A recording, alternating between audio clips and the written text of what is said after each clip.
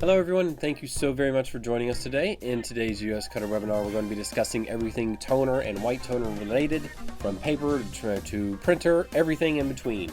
The very first thing we're going to discuss and show you is the Ghost White Toner cartridge. That's the first interchangeable white toner cartridge for normal desktop printers. Then we're going to hop right over to the professional white toner printing machines with the iColor family of printers from UniNet.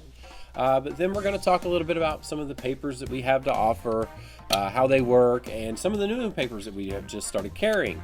But first, let's talk a little bit about why you need white toner, because I'm sure that's the biggest question that everybody has on their mind right now. So for example, let's take this image that I've got here. Look at this. I just did CMYK here. There's no white underfilling layer, but it's got a white booster. But you can see I didn't have, the adhesive transfer all the way. But then you look down below, I've got the actual color. It doesn't look kind of teal. It's actually green. So with the white underfilling, it looks right. So what if we're going to use the new select paper that I'm going to show you today?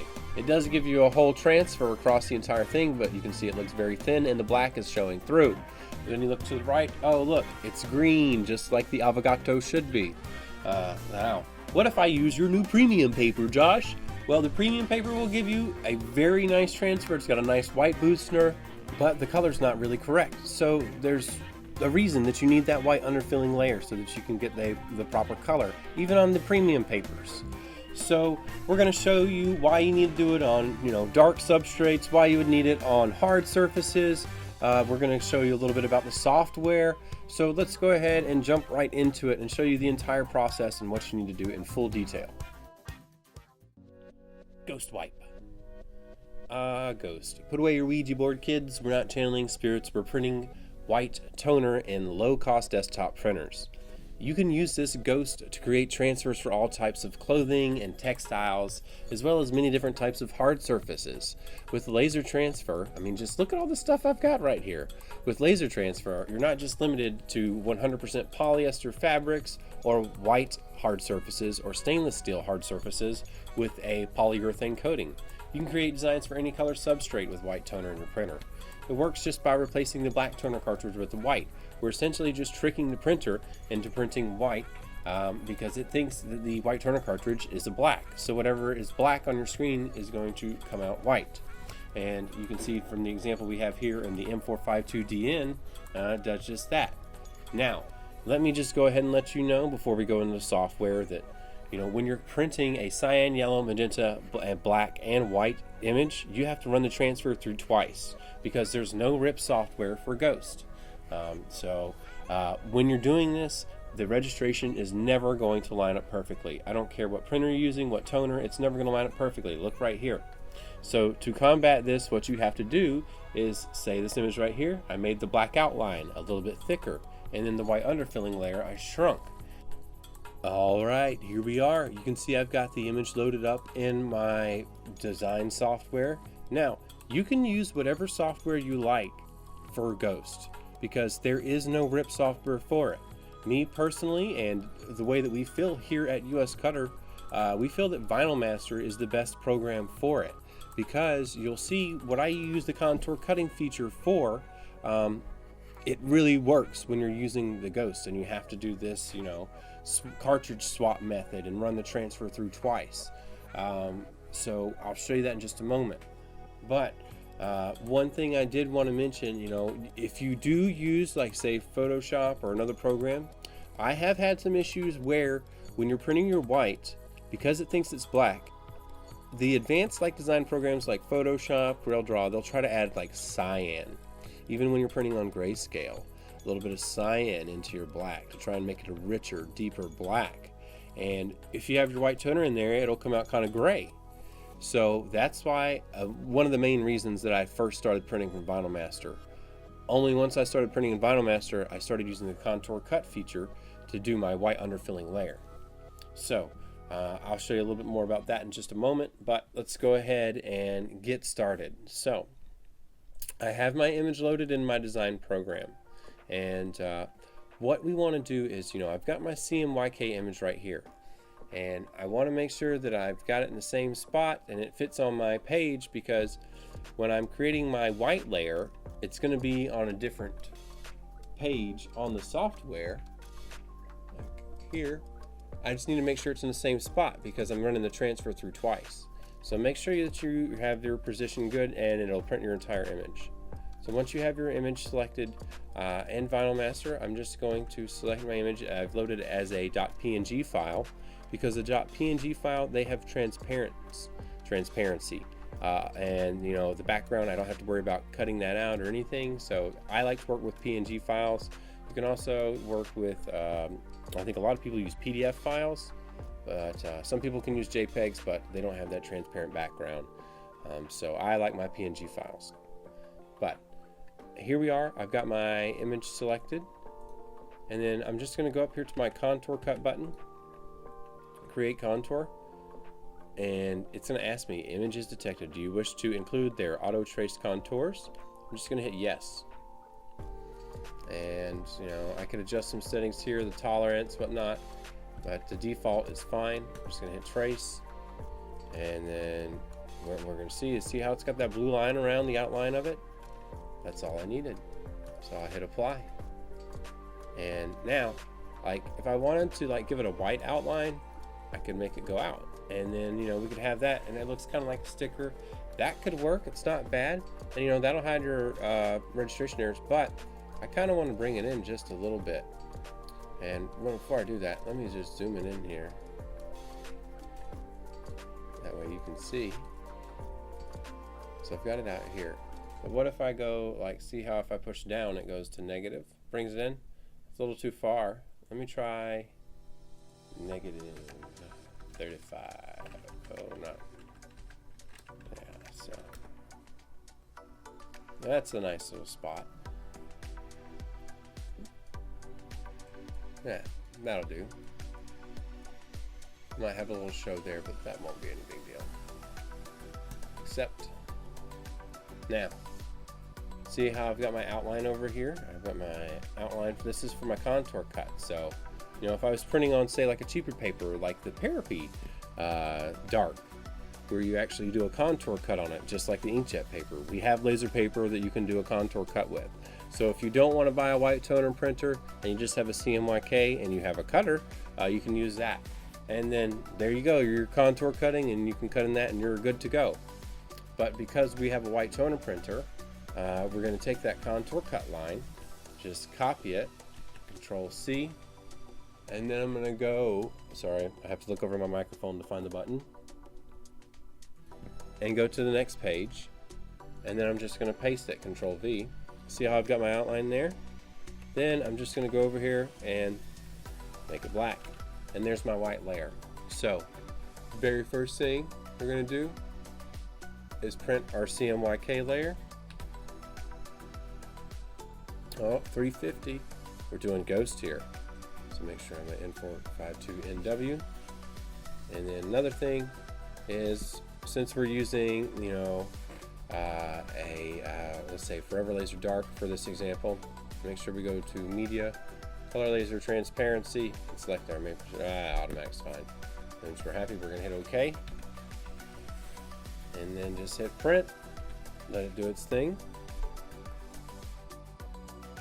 Next, I just want to swap out the black toner cartridge with the white in preparation for printing the white underfilling layer, and that's all I have to do is just swap it out. No cleaning, no nothing. Now that we've finished the CMYK layer, we're going to move over here to the white layer. And I'm going to do it here by clicking here so I can see it and keep talking in there. And same thing, just hit print. We've got the same printer settings as last time. Hit print and we're going.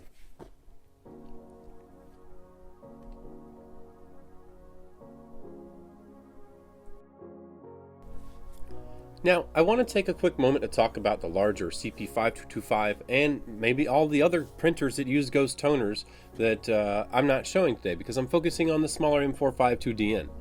I don't really have to show them because all of the printers work the same way. You're replacing the black toner cartridge with the white toner cartridge. We're doing everything in the same in the software. Media settings are all pretty much the same. Color laser transparency or heavy glossy. You know, you just want to set the media type to something that's going to slow it down. Each individual paper has its own different settings, so you want to pay attention to those. there's not really much I have to show you. Yes, I recorded this on the office floor. I didn't want to carry this big beast in my house. I live by myself, so it's kind of crazy carrying this thing home. But, that's why I'm not really focusing on this too much, because I mean, they all work the same. You just replace the black toner cartridge with the white, and then you do all your image editing in the software. So I just want to explain, that's why I'm not really focused on that, because I couldn't carry that thing by myself. And they all work the same. So, even if we have cartridges at US Cutter that we carry, that we don't carry the printers for, but we can support it all the same. Does it printing? Does it not work? That's pretty much it. So I just wanted to address that real quick. So now let's talk a little bit more about the hard surface paper with Ghost, because there's some extra steps you have to take when trying to create a cyan, yellow, magenta, black, and white image. So as we just learned, when you're creating an image, it's going to be cyan, yellow, magenta, black, and white. You have to run the transfer through twice. With the hard surface paper, there's only one paper that I found that works with the Ghost printers, because like the other papers are too waxy and they'll jam up your printer the first run through, and trying to get it through a second time is a nightmare. So you'll notice that I'm starting to break up some tape here. I've got my Parapy hard surface paper right here, and I've already ran it through the CMYK, and I put my white toner in, and I'm ready to apply my white underfilling layer so that I can put some designs on some black or that blue mug that you see over there. And the reason that I'm having to tape it is you can see that the paper sitting down, it's already pretty curled. If I tried to lay that down right now, the printer, 90% chance it's not going to pick it up and it's going to cause it to jam. So what I'm actually doing is I'm actually preparing to tape that little pink piece of a cardstock paper to the back of it. And what that's going to do is hold it down nice and flat so that it can run through.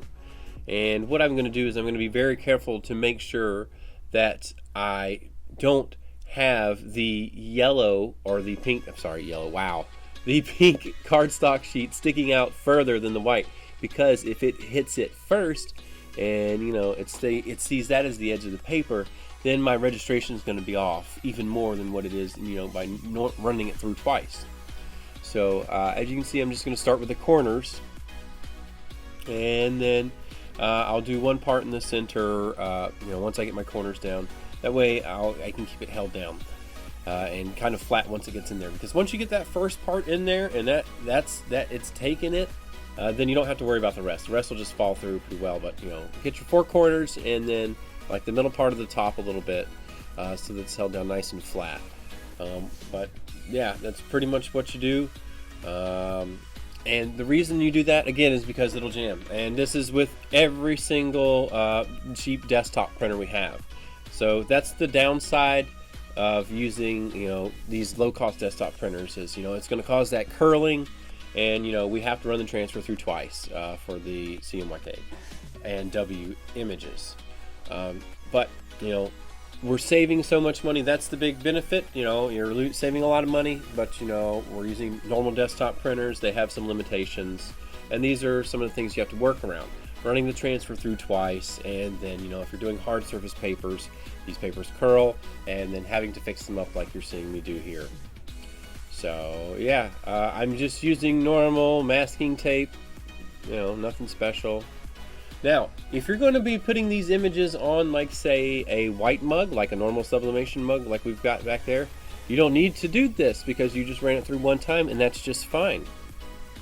Now, because I'm doing this on a black mug and that blue mug, that's why I'm having to tape this around. So, just going to clean it up, and, yeah, tear it up, and, yeah. So, I'll go ahead and stop this, and we'll go ahead and obviously, I got it to work. I'm just trying to talk through it so that we can, so that you can see the final product. And as you can see, I'm doing a great job displaying it to the camera here. You can see I've got the bottom corners taped up, and then just one part in the center. And yeah, I'm taking the tape off. I'm happy. This is good. So yeah, now I'm gonna load it in there, and I've got my white toner cartridge in. It's nice and flat. I'm gonna print it. And we're just gonna let it run through. I believe I'm gonna go through and show the end where it comes out. And I'm just gonna try. And what else? What other helpful What other helpful tips do I have other than taping it down? Yeah. Again, you can use whatever software you want when you're doing your design. I just use the Vinyl Master because that contour cutting feature makes it easy to put that white background. Now, some of you may be better at using some of the other design software and know how to do it in other programs. That's great. I have made some videos on my personal YouTube page that just show you how to increase the saturation in other programs like Photoshop, GIMP, Paint.net, and CorelDRAW. But Vinyl Master is the best. And I also have some other videos of me doing different types of images through Vinyl Master. And just shoot me an email at sales@uscutter.com. Put attention Josh, and I'll be happy to show this to you. So yeah, we've got my white layer on the back of those, and now they're ready to apply to a dark substrate. Yeah, so the instructions for this state that you can put the cup into water after it's cooled down. That way you can have an easier time pulling off the paper. I find that either way works with this paper, but all of these are shown using the Parapy hard surface and Ghost toner. The white ones I didn't have to put a white underfilling layer on, and it still transferred just fine with just using the CMYK. And I've got everything on glass. I even use this cheap Chinese mug that I got from a dollar store, and it worked just fine. So you can do all types of things with just a little normal desktop printer and these Ghost toners. Now some people ask me, do I have to get the actual Ghost brand toners? If you are looking to do hard surface transfer, I'd really recommend it. And what you'll notice is if you're using HP toners or any other toners, when you're printing, like on transparent papers, you'll notice that there's some cracking before you even add the adhesive or apply it to the shirt. That's because these toners don't have the extra additives like Ghost and UniNet do for transfers like this. So that's the main reason you'd want to get them, especially if you're doing hard surface papers. Well, that basically covers the basics of Ghost. So let's go ahead and move on to the UniNet printers, and then we'll talk about some tips and tricks and all types of transfer papers after that. Go grab your surge protectors and rubber gloves because we're about to deal with some power in here. US Cutter is proud to announce that we finally have the full white toner lineup from the UniNet iColor family of printers. And we are going to be offering the UniNet iColor 550 and 600. These are the most powerful white toner printers in their class. I mean, the iColor 600, you get the tabloid size printer. RIP software is included with both of these printers. That's a $700 value for free. The iColor 550 is your standard size printer. Combine these with the Smart Cut, and they can print as wide as you want. They're a business in a box. You can do anything, stationary, hard surfaces, sublimation, fluorescent toner. It's all there. Each one of these printers start with a fluorescent white toner, giving you the brightest white out of any of the white toner printers on the market. So, it's a win-win situation when you're dealing with UniNet. So let's go ahead and take a look at the software and a closer look at the 550.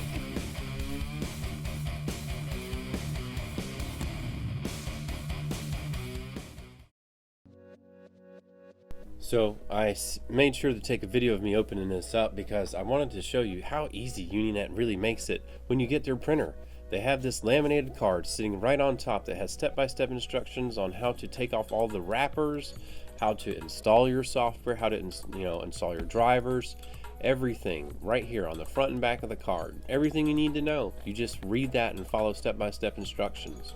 Don't be a smarty like me and just not read it and then try to install it because you won't. The instructions are right there. Just follow them. And then right underneath that is the RIP software. And the RIP software, it's a USB dongle, and guess what it has on that? The instructions, and then even more detailed instructions if needed. Right below that to the side, you can see that I have the black toner cartridge. It's wrapped in this bubble wrap here. But let's just go ahead and show you what's on the inside of this transfer RIP box. Just a USB dongle. See? And when you plug that in, you'll need to have that plugged in whenever you open and run the RIP software because that dongle is like the security. So inside here is the black toner cartridge. You'll use this whenever you want to print with CMYK. And you'll do that by just replacing the fluorescent white toner. So, this is the iColor 550 in all its glory.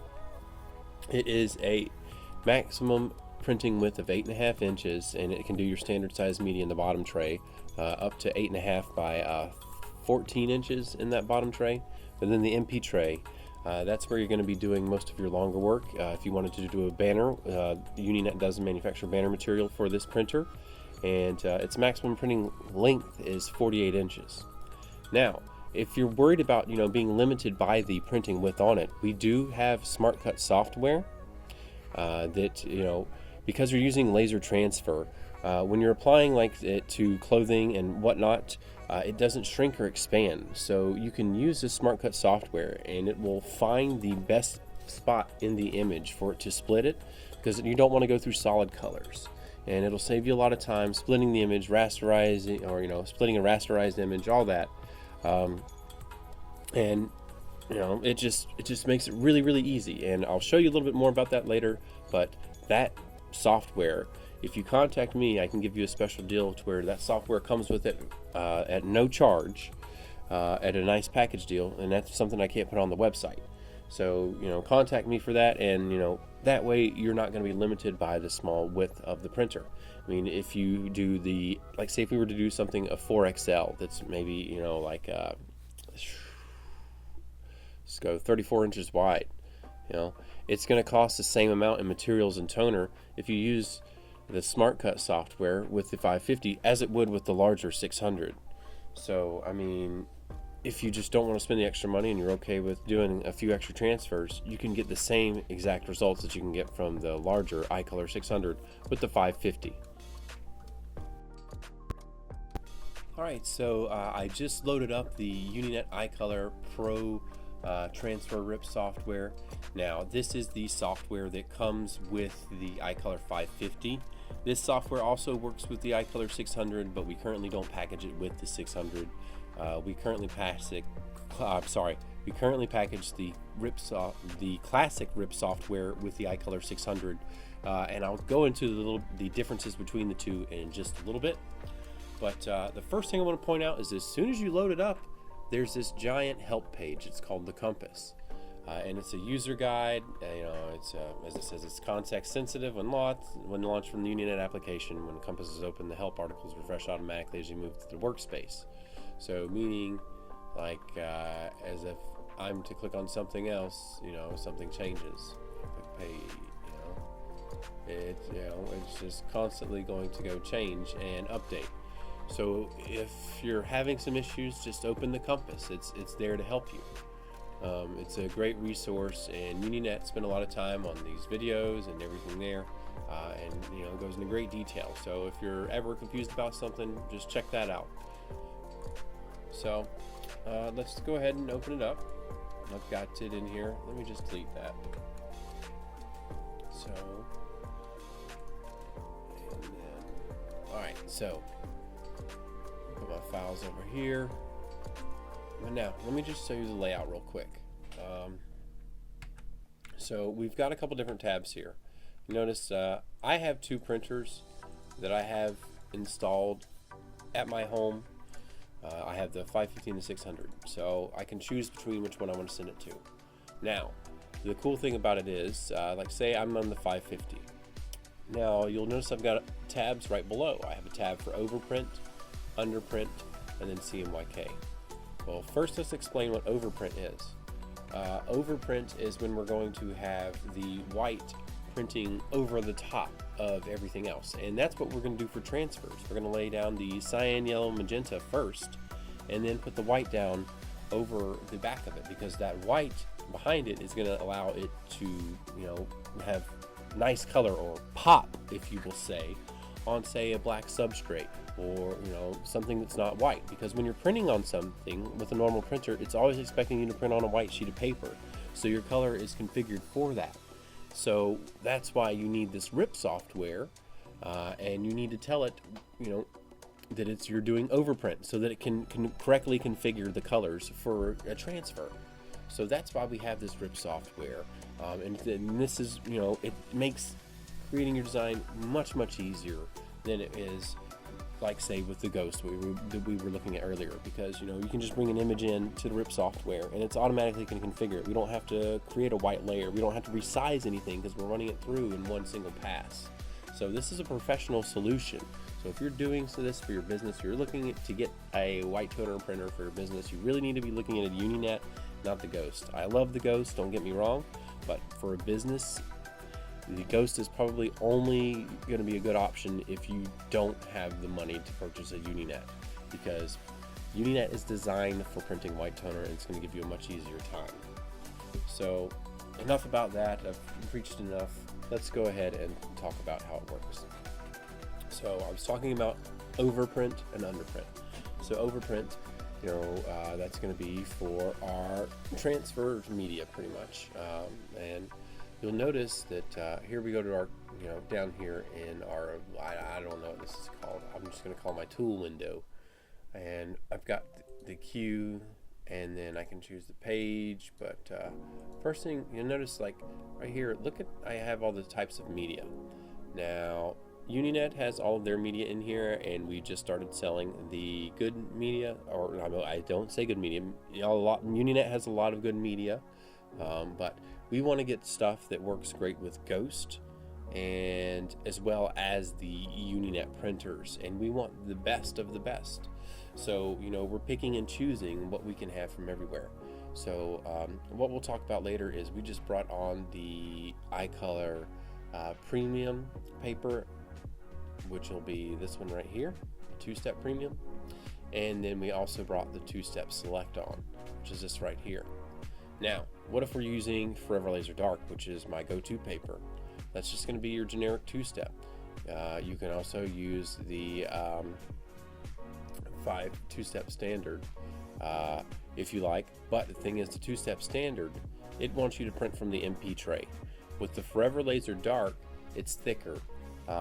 It's got a thicker A sheet, and if you print that from the MP tray in the 550, it's going to scratch your release liner. So you want to print from that tray down in the bottom using Forever Laser Dark, and you can either use generic two-step dark media, or I've even used success. So the UniNet iColor 600 is the larger tabloid size printer. It can do the 11x17, and it can also do the maximum printing width of 11.8 inches and a maximum printing length of 52 inches. So if you're looking for the big mamma jamma, this is the one. It works with both RIP softwares, but we currently package it with the classic RIP software at US Cutter. And the classic RIP software can give you some really nice, very finely detailed rasterization that you won't be able to get out of the new software. So let's go ahead and take a quick look at that. And show you some of the nice features that the classic RIP software has. Alright, so here we are. I've got the classic iColor transfer RIP loaded up, and yes, this is the older RIP software. There's also a Pro RIP, which we'll talk about a little bit later. So this version, it's going to come shipped with two USB sticks. Your first one's going to be your dongle, and you'll notice when you have your dongle plugged in and you open up the program, you notice this top little header right here. See how it doesn't say demo? If you load the program up without your dongle in and it says demo, every image that you import into the RIP software is going to have a grid in it, and it's going to print like that and ruin your image. So keep that in mind. So if you ever see it up there, that's why. Just make sure you close down the program and then reopen it once the dongle has been plugged into your USB slot. So we've got some profiles here. On your other USB stick, those profiles will come and you can import those. And you'll just go through and find the USB on your computer. But I've already imported them. And then you've got it for your white toner and then your black toner installed. So I'm going to go ahead and select for my white toner installed. But notice over here on the right, this color mapping. See how when I select both of them, I get that? What this does is allows me to choose the position of my toner cartridge. And I mentioned earlier in the video that you can swap the position of the toner cartridges. The UniNet iColor gives you underprinting, overprinting. You can use clear toner, black toner. All of these, basically make this machine a business in a box. It has so much more functionality than the Oki printers. Like say if you want to do fluorescent white with an Oki, you have to buy a whole new printer. Each UniNet iColor printer ships with a fluorescent white, so it's going to give you the brightest white in the whole white toner industry. So, and I can say that because I deal with them all. So, you can choose your color mapping, and it gives you an explanation, and it's also going to be the same explanation that that you saw inside the printer earlier. So, but A configurations for spot color underprinting, typically for the right side reading applications, as for printing on dark or clear medias. So your paper or things like that.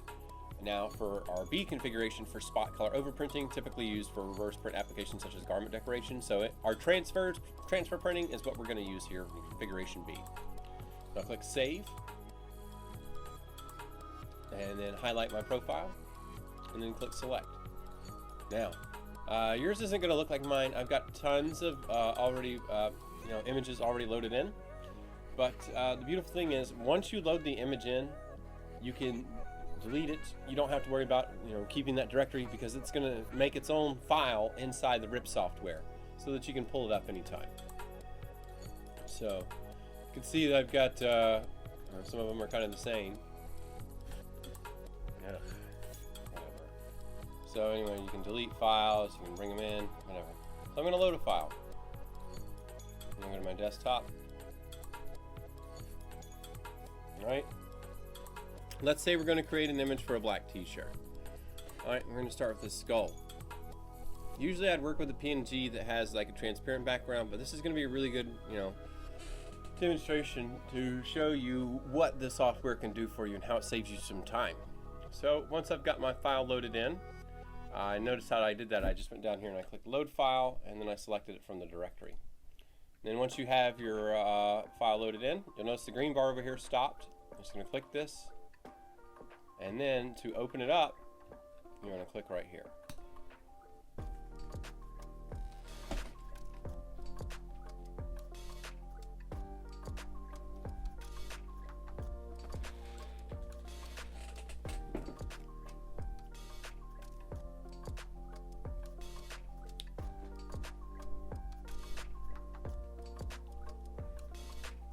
Next, in this page, we can adjust our color a little bit.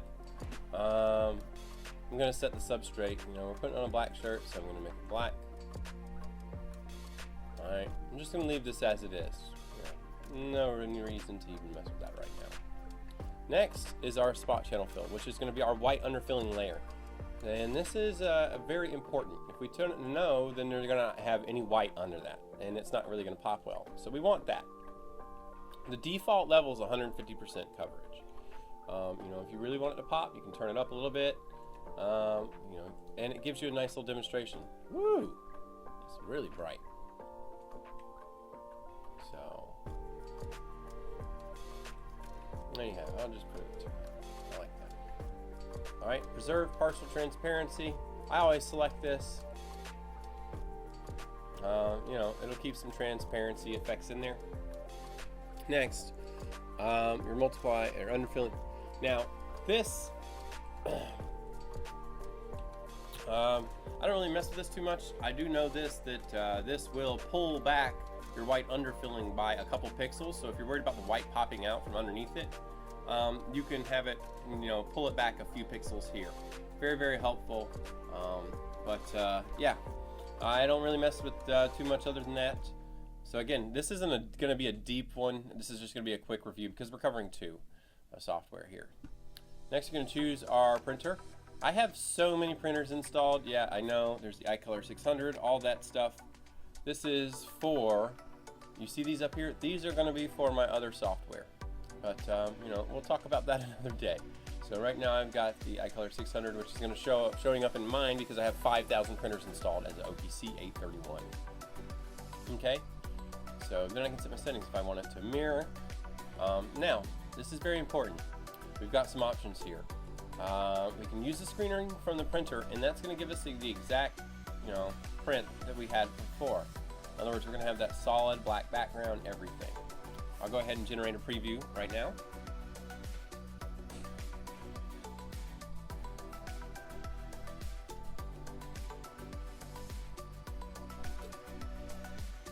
As I drink my milk.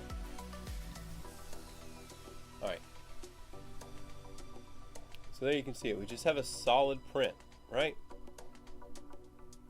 No rasterization, no nothing. The background's there. So that is printing the image exactly as, you know, as it is. All right, so next, like I said, I wanted to put this on a black shirt. So what I'm gonna do is use screening as configured for mask or dark media. Now, this is gonna open up a few things here. And the main thing is that we're gonna be looking at is the shadow tolerance and the dot shape and this mask size here. So, mask size, this is basically how big or small you want your rasterization. The larger the number, the smaller the lines or dots. The smaller the number, the larger the lines or dots. Here, we'll give you an example. I'm going to show you mask 10%, and then I'm going to show you lines 30%. And then for the shadow tolerance, I'm going to leave it 300. And that's going to remove a lot of the black from it. Because the shadow tolerance kind of like works like this. The higher the number, you remove more dark colors. The lower the number, you move less dark colors. So I'm just going to leave it at 300 as a default. And I can also change the angle of my lines or dots, my dot shape. I'm doing lines 30%. I can change the angle that they're going to run through the shirt. Now, usually when you're doing this type of rasterization, you want the angle to kind of go the same direction as the fabric of the shirt. That way, when it stretches, you don't have to worry about peeling and cracking. So, a little pro tip there for you. Next, we're doing color laser transparency because I'm using like Forever Laser Dark. And I'll be honest, most of the media settings you can use with the transparency. I'm feeding through the multi-purpose tray. And yeah, the output's automatic, and the size that I'm going to be using is 8.5 by 11 inch, which you saw, which I didn't talk about earlier, but I'll go over that a little bit. I can use an ICC profile. You can see I've got a lot of ICC profiles here, but don't you worry about those, because I do a lot of printing. All right, and then once we're done there, we're gonna hit print. But first I wanna preview it because I wanna show you what it is when we have this mask on 10%, line 30, shadow tolerance is 300, and angles at 0. Let's preview. Compute, computer.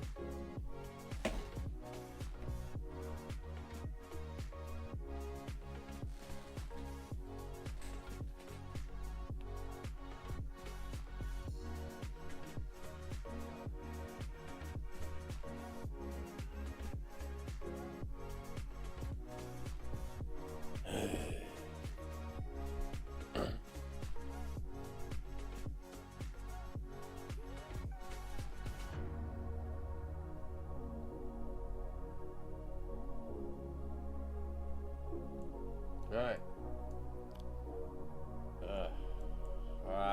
This thing's so difficult to use. Why can't I? Yeah, there we go. Alright, so you can see you've got those big, thick lines. Don't really have much detail in there. And let's just look at our individual colors. Why can't I see any white? Let's look at it as black. There you go. And then, hold down shift and click all of them and you get all the colors back. So there's that. But now let's just change that mask to a 40%, right? And do a preview. And this is going to make our lines smaller. So the bigger the number, the smaller the rasterization. And the smaller the rasterization, the more toner we're going to be able to lay down and the more detail we're going to be able to get inside of it. So I prefer going with the smaller ones. That's just my personal opinion.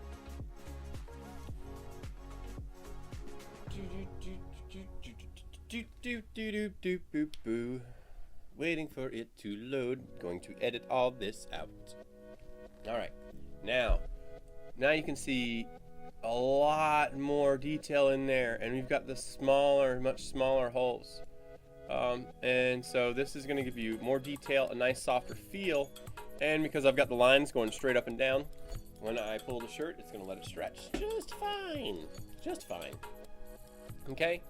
And, I will say this about this older RIP software. You can do these much smaller, finer rasterizations better than the Pro RIP. So there is that. Now, let's go ahead and let's move it down and show you what happens when we remove less black. I'm gonna put it at 100, leave our there, and then just hit preview. That way everything's the same. I'm just removing less dark colors, just to give you an example of how that's gonna work.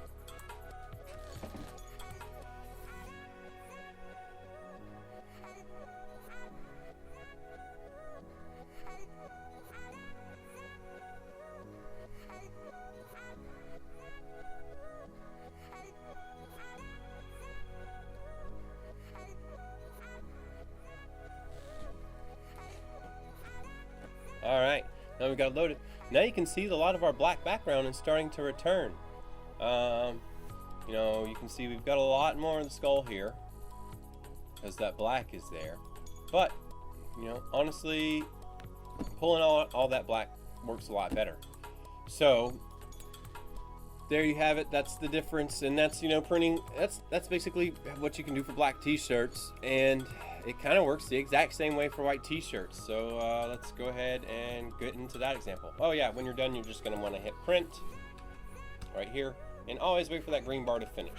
And then once you're done, you can always hit this button to go right back to home. Aww. All right. Now I'm going to load a file in for a white t-shirt. Why not this pizza one? This is my first time trying this one, so I'm probably gonna mess it up, so we'll see. Alright. Alright, so what if you're doing a job for a white t-shirt and maybe you want to do some rasterization on it? I'm also going to show you what if you don't want to do some rasterization, like maybe you have some iColor Premium Select, or you're just doing the iColor Select paper and it's nice and soft. So let's go ahead and start messing around. So, you know, again, I can adjust my color here on the fly if I wanted to, turn up my brightness, you know, all this stuff. Adjust it, but I'm not. I'm just gonna leave it alone. Let's just go next. My white toner, I'm gonna preserve my partial transparency. See how I lose a little bit on the white there? But now I'm gonna pull it back about 2, just so that I'm worried about maybe some white coming out of the vacation, but we'll see. Now, let's do it as configured for bright media. Now we're just gonna be pulling out rasterization. And let's go ahead and have it move. Let's see. First, we're going to do it at 100. Same thing, line. 30%, mask 40, right?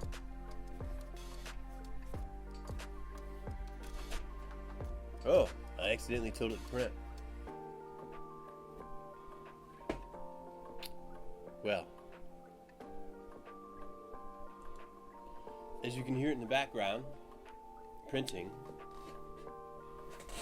I don't think I have any paper in there.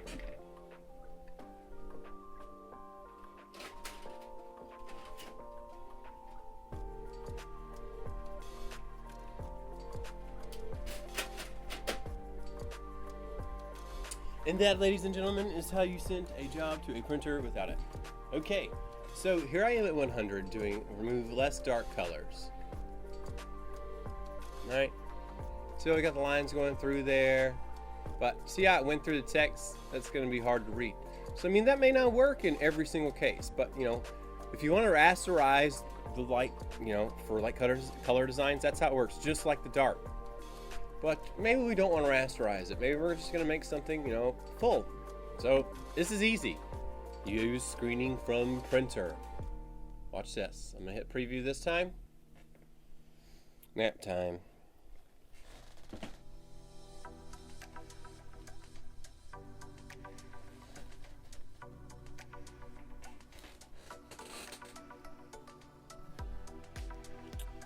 And what do you know? We're back to normal. Just using the normal screening from the printer. So, yep.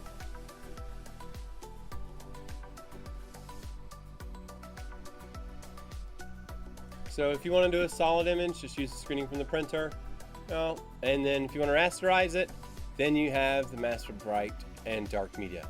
That's really just going to be a basic. You can also do some advanced things like a micro mask and things like that.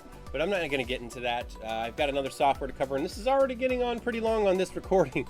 So yeah, there is the iColor transfer rip. That's the basics of it. So real quick, I just want to mention the Smart Cut software. You heard me talk about this a little bit before with the 550. It's a software that allows you to take an image and split it between multiple prints. You're going to use it with your clear transfer media like your Forever Laser Dark, your iColor Select, things like that. It works great with that because you can actually see it to line it up, because you're going to line it up manually using your own eye. It works better if you try not to split it between solid colors like I did here. What I should have done was had it split a little bit lower. That way I could have actually lined it up through his suit rather than this straight red circle. But, you know, you live, you learn. But that's just real quickly what it is. And, you know, again, special deal, you can get that at no charge. If you contact me, I'll throw it in with a very special price for the 550 since it's a smaller printer. Yeah, great little product made by David Lewis himself. But, you know, he's done things outside of t-shirts, like he's done canvases with it, so you know, you can do some really neat big things with it. But that's the Smart Cut software. Works with all printers, not just the UniNet. You can even use it with the Ghost. And now we're going to come to the end with the transfer papers, in particular the two-step papers. These are going to be your longer lasting, more washable designs, because you're applying the adhesive to the back of the toner and then sandwiching it onto the t-shirt or textile. So you've got an A sheet that's going to be clear, or sometimes it might be solid in, you know, the Nina Laser Light or the UniNet Premium case. But you're going to print on the A sheet because it's got a release liner on one side for the toner to go to, and then press the adhesive on the B sheet up against it, and the adhesive is only going to transfer wherever the toner is, and so that way you don't have to worry about bleeding or anything, but it's going to give you a much longer lasting transfer. See, there's the release liner I'm scratching on the A sheet because that adhesive is there sandwiched to it, and it's going to increase the washability, and so those are the papers we're going to start with today. So the very first paper we're going to be talking about is the Parapy CL Trim Free Dark. This is a two-step paper that has a clear A sheet. You'll see on the right I've got the Parapy paper, then on the left is a piece of the Forever. You'll notice instantly that the Forever is thicker than the Parapy, and this can be a blessing and a curse. So the thinner Parapy, you will notice that I will have some jamming when I'm running it through the Ghost printer. So you know, it will work, but you're going to run into jams a lot more with this Parapy paper. I'll just be 100% honest with you because of that thinner A sheet. Now, I can get some successful prints, as you're going to see here, but you know, I figured because it has a thinner A sheet that it was going to give me this trouble, as you know, these thinner A sheets have in the past. So that's nothing new. But what I was concerned about, you know, when it did jam, it kind of jammed up inside my fuser a couple times. So I did a few prints with it, and then I stopped because I didn't want to risk damaging the printer with it jamming. So here you can see I had to pull the jam out from the back, and then once you did, you can see that it started to fold up inside of the back of the fuser, and I got toner all over my hands. So this isn't anything, like if that was to get wedged in that fuser, you know, it's not modular like the 550. Now here I printed through the MP tray on the 550 and still got it to jam. Which, you know, was not really good, but when I did put it into the bottom tray, it worked successfully. So I mean, you know, this is a better paper for the larger UniNets. So Forever is going to be your standard two-step paper, and I've made several videos on it. Let's go ahead and take a look at one. Next, the adhesive is the best in class. I mean, it's going to give it all your images a little whitening boost because it's got a little bit of a white color to it. And what it also has is the ability to do really great on like fine detailed things. So if you have any rasterization involved, it's going to look really good. So you don't have to worry about the adhesive getting in small holes that you know, when you have like thin lines of toner next to each other. Now, you just heard me mention that this is a two-step paper, and what I mean by that is we're not going to be printing and then just immediately pressing it onto it. It's going to come with two sheets. This sheet right here is the A sheet. It's clear, one side's glossy, and one side's foggy. The glossy side, you know, it looks right because this is, you know, kind of what you're going to peel away. The foggy side here, this is what you're printing on. That fog is actually just a release liner. And you're going to print on this side, and you're going to print it with a mirrored image in reverse, and then the B side has the adhesive. This white blank sheet here is going to be the side that you're going to press up against the adhesive, and then this yellow side is going to be, telling you, hey, this is not the right side, but that's the back side of the B sheet. You're going to press these two together for 90 seconds, and the only place that the adhesive is going to transfer over is wherever the toner is. So really nice, no weeding, easy peasy. With the adhesive on the back, now we're ready to press it to the substrate, shirt, or whatever. Here I've got a little silver thing in the middle. That's Forever Flex Off. We can talk about that later in another video, but I'm just going to apply it to the shirt, 300 degrees for 30 seconds, and then going to let it cool down to room temperature. And once it's at room temperature, we're going to peel it off. We're going to hold our shirt very tight and just kind of roll it back nice and slowly. You can start doing it a little bit faster once you get more acquainted with it, but I recommend just keeping a nice steady pace. That way you don't ruin your image. Then the final thing you want to do is apply your finishing press. This is going to push the image nice and firm down into the fabrics and make sure that it lasts much longer. It's also going to remove some of the shine from it if you're using the matte page, and then add some gloss if you're using the Forever Gloss pages with it. So let's go ahead and jump right into the new papers with the iColor Select two-step paper. Now this paper is a transparent A sheet, just like the Forever and the Parapy that we've been dealing with. And it's two steps, so just like the other papers, you've got the foggy side that we're going to print on with the release liner, and then the glossy side we're not. Now with the adhesive, it doesn't have any markers or anything, but the back side feels rough, and then the adhesive side is smooth. So we're going to press the toner up against the adhesive just like normal. But the benefit with this paper is that it works extremely well with solid images. So if you're going to be doing a solid print, not rasterized, it's going to be great because it's a softer adhesive. It's going to let it stretch a little bit more, and it's going to recover well.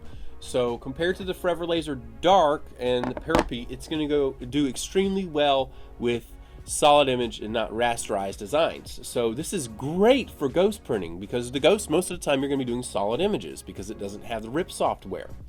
So if you're looking for something that's going to work fine with your solid images with ghosts, this is a paper I recommend because it's got a softer adhesive, and that's going to allow it to be stretchier, have a little bit more washability.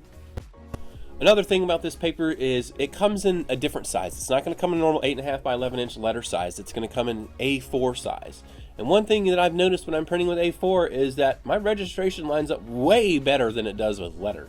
This may not be the same for everyone, but I have been noticing it here with the M452DN and DW. Here's an example from the DN. But yeah, I mean, the registration is just better when I'm printing with A4. I've got, the proper media size set on my printer as well as my software. Now, what about when we're going to press this stuff? It's a hot peel, just like you would with Forever. We're going to be pressing it, press the A and B sheets together at 310 degrees for 120 seconds. And then we're going to press it to a t-shirt for 30 seconds at 310 degrees. And then finishing press is optional. I prefer to do a finishing press afterwards. So pretty easy to use. What about if we're going to be pressing it to white? Well, you don't need anything but CMYK. The adhesive's pretty strong, but if you have any like gradients or anything, you may have some issues there without white. But it works just fine. It's a great paper. If you're looking for something to just start out with, try this paper. It's great. It's affordably priced for a two-step paper, and it's just a great starting point. Now, just like the other papers, it's going to be a cold peel when we peel it, and we're just going to hold the shirt tight and then just roll up the paper, the A sheet, as fast as possible, and try to keep it in a nice, smooth, fluid motion. Because it's a thicker paper, the thicker A sheet, it just makes it easier when you're rolling it. You can just feel everything just come right off. That like nice shot of my arm there. And if you're noticing that you're having issues with one side, then just go around to the top, come around, because I had a little bit of that Y snot come off, but then when I changed the direction I was peeling it, came off just fine. And it feels nice and soft. Again, if you don't want to do a finishing press, you don't have to, but I prefer to do one because it's going to push it down in there nice and firm into the fabrics of the textile. So I've got, we've got all these examples on a white t-shirt. I even put the one with the white background on a white t-shirt. a lot of you might be wondering, well, what does it look like say on something black? Well, if you remember the shot I did earlier with the Avogato, I had a couple comparisons. So what I've got right here coming up is going to be a comparison of the Select paper without the white underfilling layer, and then with the white underfilling layer. And you're going to notice a huge difference here because the adhesive on this isn't a white boosting adhesive. So it really depends on how much white you're applying to the underfilling layer. So look on the left. I didn't use any white. You can see I've got a few holes in it, but it's still transferred fine. But on the right, normal colors. So that's just why you're going to want to use your white underfilling layer. So maybe you're already a pro with a vinyl cutter and you've got plenty of Caesar Easy Weed that you want to use for t-shirts. Like me.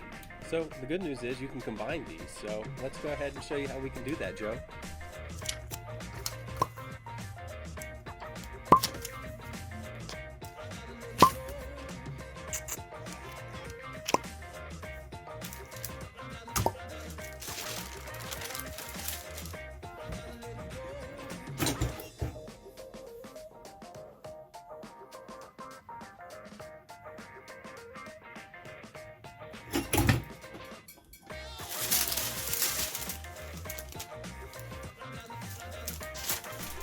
And there you have it. It's pretty easy, right? You just put it right on top of your transfer and then press it. Works with pretty much all two steps. Isn't that right? That's right. Thank you so much, Joe. Caesar, you should buy some. It's the best heat transfer vinyl around. Big thank you to Joe from Caesar for his help with that. Now let's look at the iColor Premium 2-step paper. This is going to be the best transfer paper on the market, and I say that with confidence because the adhesive that it uses is the stretchiest and it's the longest lasting. When you use this with iColor printers, UniNet guarantees it to work 100 plus washes if you follow the wash instructions. Now with Ghost, does it have that same washability? I can't guarantee it, but I'm sure that it does if you follow the wash instructions because the toner's made out of the same stuff. But you know, I haven't washed it 100 times, so I can't guarantee that. So let's talk about this paper a little bit more. It does require you to run it through a laminator. What do you mean? Not a huge one, you know, just like a normal cheap laminator. You may have seen the little Amazon one that I have at the side. You'll run your A and B sheets through that, and I'll show you that in a moment, but that's going to make sure that, you know, there's no air pockets or anything in the transfer. So, but you may be wondering, why am I showing this paper with Ghost? Well, all these iColor papers are guaranteed to work with your UniNet printers. So I want to show you that they'll work with these lower cost desktop printers.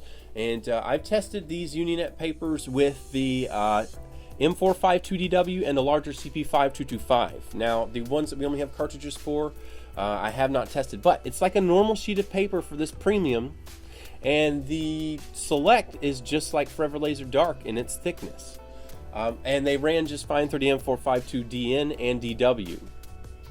So I've got no problem, or NW, or whatever it's called. So it works. Now, I mentioned something about feeding it through the laminator. This is what happens with your adhesive if you don't feed it through the laminator. You're not going to get a solid transfer. And you know, you see how I've got some pockets where the adhesive didn't transfer over? That's because I didn't run it through the laminator. I also made the mistake, well, I did a comparison. You'll see this one here I'm running through the laminator. This is for that dirt one. And I did another one where I didn't run it through the laminator because I messed up on my peel. And then you can see the same thing that happened. I'll go ahead and put that in right now. Okay, so we'll skip over ahead to this step where I'm peeling the truck thing that I didn't laminate.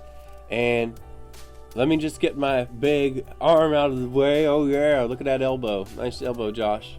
And just look at the center. You can see that we've got some parts where the adhesive didn't transfer over. And that's going to mess up our design when we get it over. So I just wanted to show a quick example of that. See?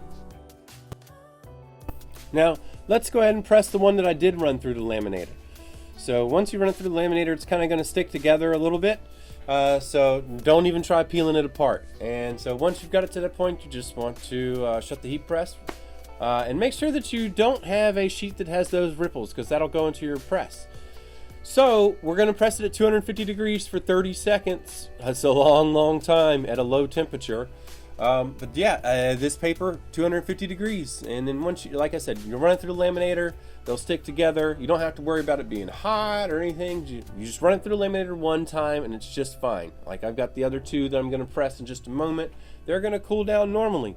No problem there, but they've already been adhered through that laminator, so it's just fine. I don't even know if adhere is the right word, but whatever. I ran it through the laminator and they stuck together. So once we're done with our 30 seconds, we're going to just open it up and it's going to be an immediate hot peel. Again, I just pressed it for 30 seconds at 250 degrees Fahrenheit. And you want to keep that adhesive sheet on the top and then your print sheet on the bottom. That way the adhesive is the only thing bending. And it'll come right off. You don't want to be like me and then rip it up at the top. See, I got a little bit of the green and the K up there. That's because I was going too fast. So just be careful when you're doing that and make sure you keep it up against that bottom platen so that it stays nice and hot. So again, we're just pressing these at 250 degrees for 30 seconds. We're just going to speed through and skip the next ones. And that way we can go ahead and go to the application because peeling them is pretty much the same way. And we're just pressing them 250 degrees for 30 seconds. Next, we're just going to move our transfer over to this white t-shirt. I lost the footage where I pressed the other two up top, so I've only got this one here, so my apologies. So what I've got here is my little avocado. You can see that it's kind of curling. This is why you don't want to peel with your print paper on top and your adhesive on the bottom, because it's gonna curl up like that. And you see how everything else is flat and that's curling? That was me. I was thinking about pressing the bad truck shirt, but I was like, whatever. So I'm just going to do the gato. So I'm just going to cover it with a non-stick sheet. You know, typical non-stick sheet that we do sell. You can also use a Teflon sheet here as recommended in the instructions. I just always prefer to use these matte sheets that I have from forever because I just do a lot of laser transfer and I don't want my toner to get on my Teflon sheet. So, but yeah, 30 seconds, 250 degrees, and then it's going to be a cold peel, just like all other laser transfer two-step papers. We're just going to let it cool down to room temperature, and then we're going to peel it. So let's just go ahead and switch over to that. All right, so same thing as usual with laser transfer. You want to hold down the shirt nice and tight and then pull it, just kind of roll it back nice and slow. And yeah, you'll have a nice transfer. If you feel that, like, say a corner's not coming up the way you want to, or it's not releasing, then try from another corner. That way it doesn't pull your transfer off of the back. But I didn't have a problem at all with this adhesive because it just works so well. And man, is it soft. So here we can have a little look at the final product here. And this is on a white 100% cotton t-shirt that I applied it to. Again, you know, because you only have to apply it at 250 degrees, man, look at that recoverability. 250 degrees Fahrenheit, you can apply it to all sorts of substrates that you can't with other laser transfer papers. Also, you know, you've got this recoverability. It's soft like a screen print. I mean, it's just the best transfer paper out there on the market. And, you know, I'm really happy we have it. Now, you're like, I wonder what it looks like with the white underfilling layer or without it. Because it does have a white booster toner, or white booster adhesive. So here's what it looks like. On the left, you'll see it without the white underfilling layer, and then on the right, you'll see it with it. You can tell the color is not right on that one on the left. So that's why you need that white underfilling layer, no matter what the paper. So now let's talk a little bit about the hard surface papers. When it comes to the hard surface, it's not like sublimation. Sublimating is when we're actually turning a solid into a gas and it's basically trapping that in a polyurethane coating. With laser toner, we're actually just cooking it on top of the substrate.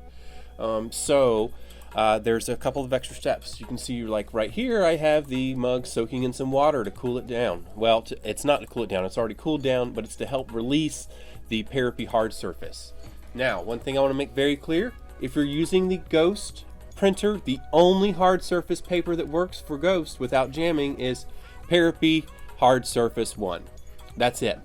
You know, I've tried the Forever Multitrans, it just jams up. They're just too waxy and they'll jam your printer. So if you're using Ghost, Parapy Hard Surface is the only paper you can use.